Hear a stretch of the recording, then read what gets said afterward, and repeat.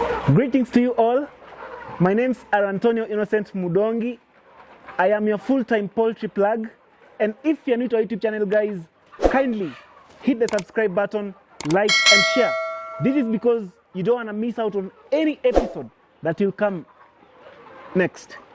Remember, AIM Agriculture Farm is the most and is your educative YouTube channel that gives you tips, secrets, how to maneuver and succeed in agribusiness industry, more so poultry. Today, we want to know, or we want to understand, what is the least I should sell my eggs? Like, what is the least amount of money I should sell a tray of my eggs? Today, if you go to the market as a buyer, you will get that you're buying an egg at 20 shillings, or you're buying a tray of eggs at about 400 shillings and 50 or 420.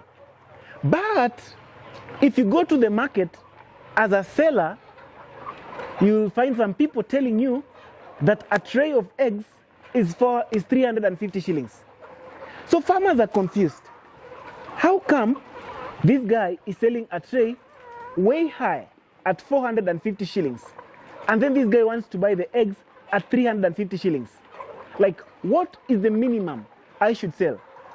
Mind you, the price of feeds, just like a day ago, increased by 100 shillings per 50 kilo bag.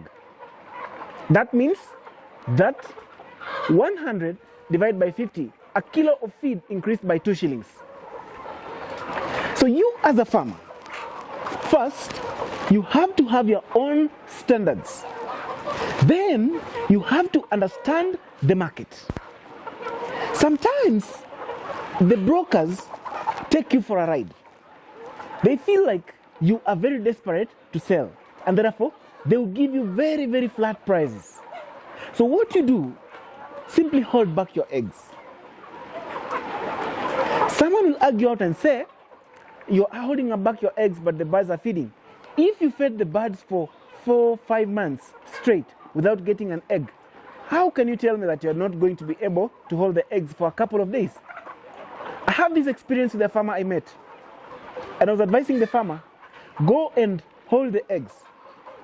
Today morning, the farmer calls me and says, when I refused to sell my eggs, I told them, wait, I'll make a decision.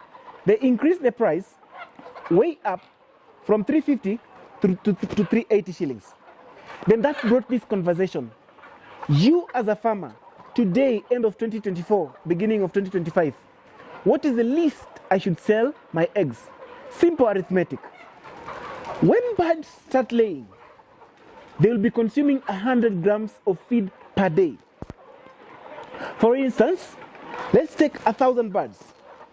If 1,000 birds are consuming 100 grams per day, that simply means they're going to consume 100 kgs per day. You don't assume that you're making your own feed.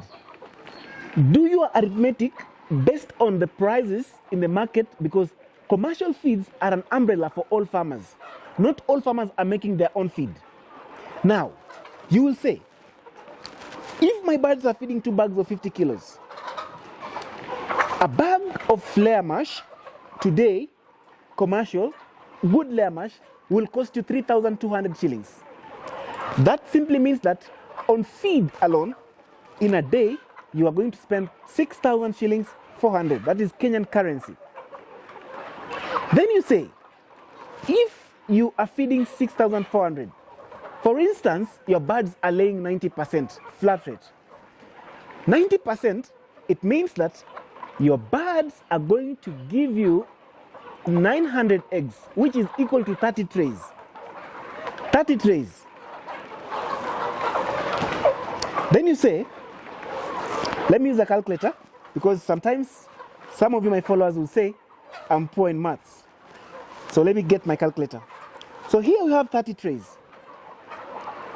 Then we say, we sell the eggs at 350 shillings, the broker price.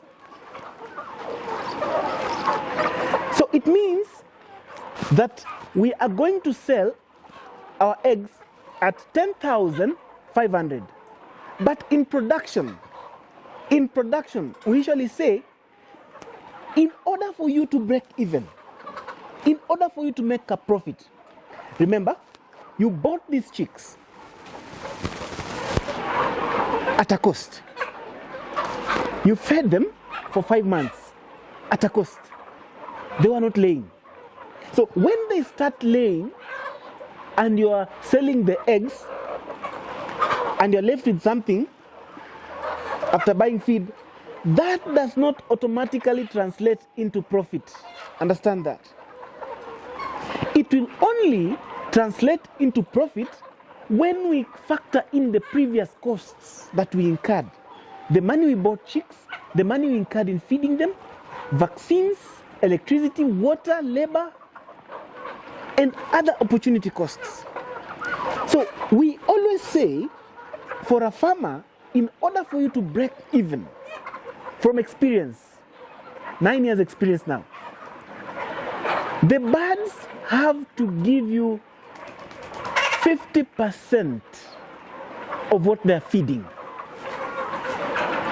If the birds are feeding 5,000 shillings a day, then they have to generate 10,000 shillings a day. So it simply means 5,000 will go to feeds and 5,000 will remain as profit, but then it will go to cater for the previous costs as we keep moving forward. So, what determines what you sell your eggs is the price of feed that you're spending. Now, back to the calculator. We say that we are spending 6,400 shillings.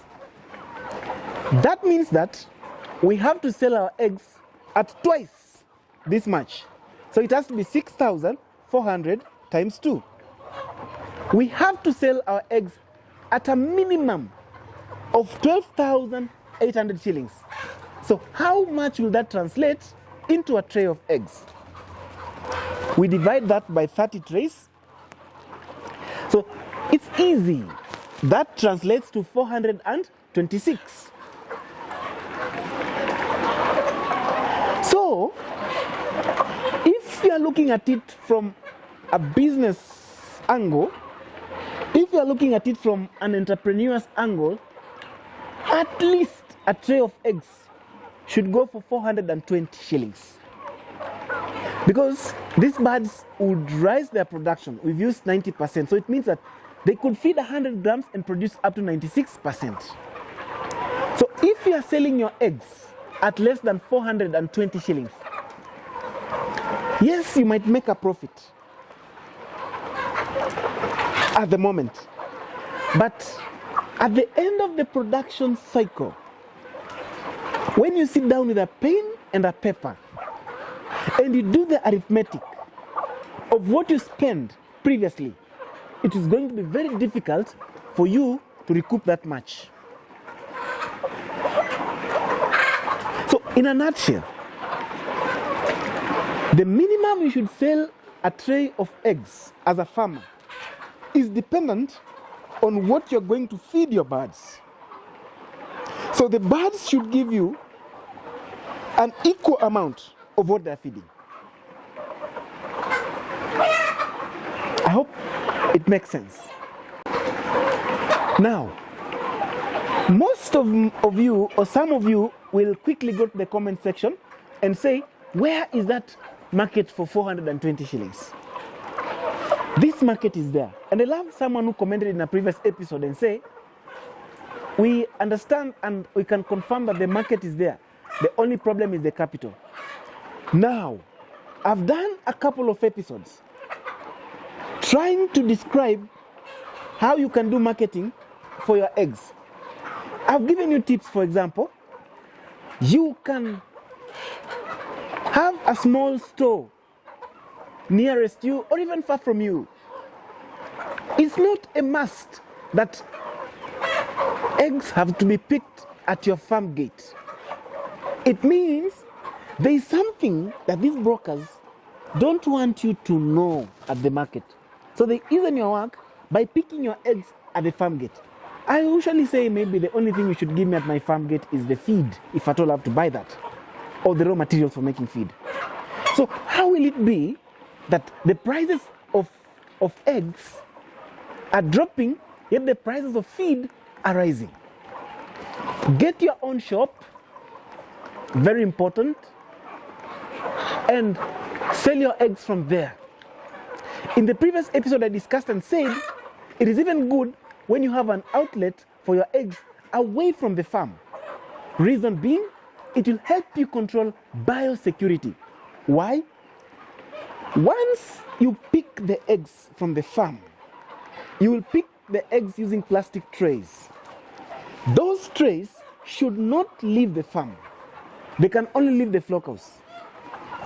So you will take the eggs to the sorting area, then you will change the eggs or transfer the eggs now from the plastic trays to the carton trays, where now you will take to your store outside the farm. So here, consumers can come and buy, retail, and even wholesale. Remember, eggs are not like broiler birds. Eggs, when stored in a cool and dry conditions, eggs have a longer life shelf. Eggs could stay under normal conditions, tropical conditions, for as long as even 30 days. But then under refrigeration, they could go even way longer than that. So the best thing I can tell you is, don't be easy to sell. If you persevered feeding these birds to the point of lay, they have started laying, then don't be quick to sell the eggs at any price you get in the market. The price and the minimum price you should sell your eggs should be equivalent or even greater than the cost you're incurring in feeding those birds daily. Who loves you more than AIM Agriculture Farm does?